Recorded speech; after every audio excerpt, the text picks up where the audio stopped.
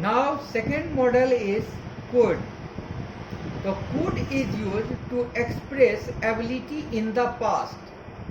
कि कैन के past tense form के रूप में हम कुड का यूज करते हैं जब बीते हुए समय में एबिलिटी को एक्सप्रेस करता है।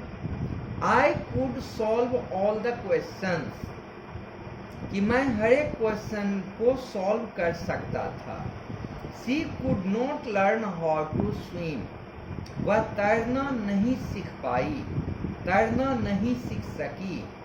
To express conditional ability, she could dance better if she was not tired, कि अगर वो थकी नहीं होती तो अच्छा डांस कर सकती थी।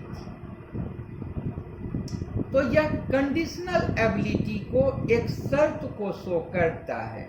इस शर्त को दिखाने के लिए भी हम कुड का यूज करते हैं। If I had wings I could fly, कि अगर मेरे पास पंख होता तो मैं उड़ सकता था, लेकिन मेरे पास पंख है नहीं तो उड़ नहीं सकते हैं। तो इस तरह का जो सेंस होता है उसको व्यक्त करने के लिए, इस तरह के कंडीशन को व्यक्त करने के लिए भी कुड का यूज होता है। टू सीक हेल्प और परमिशन, जब कभी किसी से परमिशन लेने की ज़रूरत होती है तो वैसे स्थान पर भी हम कुड का यूज करते हैं, जैसे परमिशन लेने के लिए कैन का भी यूज किए।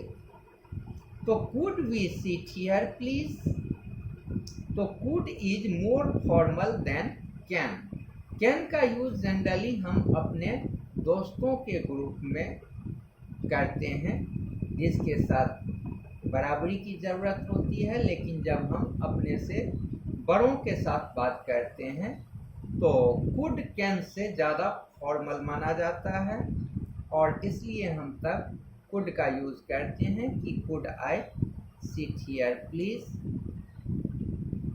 तो it is used while talking to elders, teachers, strangers etcetera. The third model about which I am going to discuss you is may. So as we have studied about may shows the possibility of an action। इसका use भी हम लोग permission लेने के लिए करते हैं और परमिशन को ग्रांट करने के लिए भी यूज करते हैं, परमिशन मांगने के लिए भी और परमिशन देने के लिए। May you allow me madam to seat on my seat, yes you may seat now.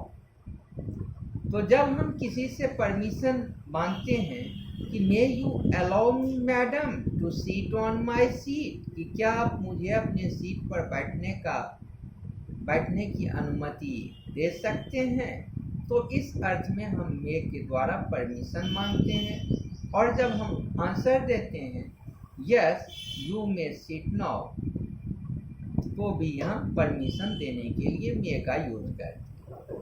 तो मे का यूज ज़्यादा फॉर्मल माना जाता है, खास करके स्कूल में या ऑफिस में हम मे का ही यूज करते हैं।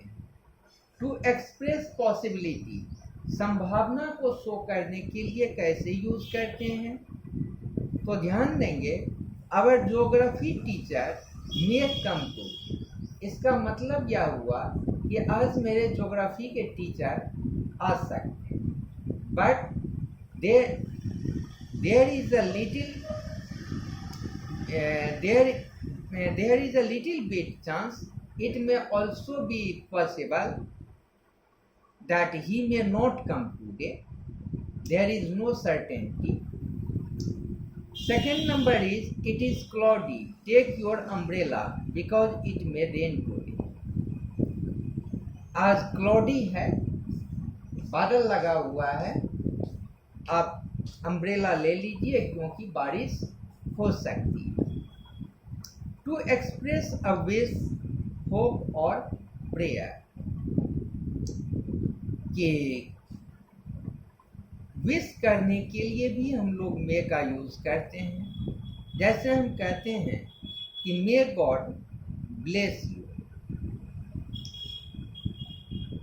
मे your wishes be grantful, may your journey be successful, may you be ruin.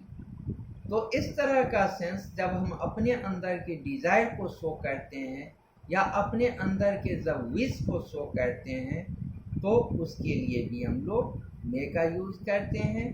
तो पहला परमिशन लेने के लिए या देने के लिए, दूसरा एक्शन की पॉसिबिलिटी को शो करने के लिए, और तीसरा विश को एक्सप्रेस करने के लिए, अपने अंदर की डिजायर को शो करने के लिए। अब नेक्स्ट हम लोगों का है माइट। तो माइट जो है वह मे का पास्ट टेंस के मे के पास्ट टेंस फॉर्म के रूप में जाना जाता है। It is used to express a weak possibility और when the chances of happening of an event are rare. Might का यूज हम तभी करते हैं जबकि 9 के बराबर चांस होता है, संभावना जो होती है वह नहीं के बराबर होती है, तभी माइट का यूज करते हैं। जैसे he might be selected for the auditions though he did not practise much. My brother might go to Mumbai next week. अब हम लोग पढ़ेंगे शैल के बारे में। तो शैल का यूज सिंपल फ्यूचर टेंस में हम लोग करते हैं। फ्यूचर टेंस के एक्शन को एक्सप्रेस करने के लिए करते हैं, खास करके फर्स्ट पर्सन का जो प्रोनाउन होता है जैसे कि आई और वी के साथ हम लोग शैल का यूज करते हैं फ्यूचर टेंस में। I shall finish the task by evening today, कि आज शाम तक हम टास्क को कंप्लीट कर लेंगे। We shall be playing a friendly match tomorrow, कल हम लोग फ्रेंडली मैच खेलते रहेंगे। With the second person you and third person he she it they to express firm determination. कभी कभी हम सेकेंड पर्सन और थर्ड पर्सन के प्रोनाउन के साथ फर्म डिटर्मिनेशन को शो करने के लिए भी शैल का यूज करते हैं। I shall speak the truth, he shall speak the truth no matter who is punished। ऐसे जनरली मॉडर्न इंग्लिश ग्रामर में shall का यूज सेकंड और थर्ड पर्सन के साथ नहीं ही होता है, और जब हमें उस तरह की निश्चितता को दिखानी होती है तो हम डेफिनेटली या सर्टेनली वर्ड का ही यूज किया करते हैं। इन क्वेश्चंस, सजेशंस और offers you look tired, shall we do this for you, कि आप थके हुए जान पड़ते हैं, क्या हम आपके लिए कुछ कर सकते हैं। तो अब हम लोग इसके बाद नेक्स्ट मॉडल के बारे में पढ़ेंगे, विल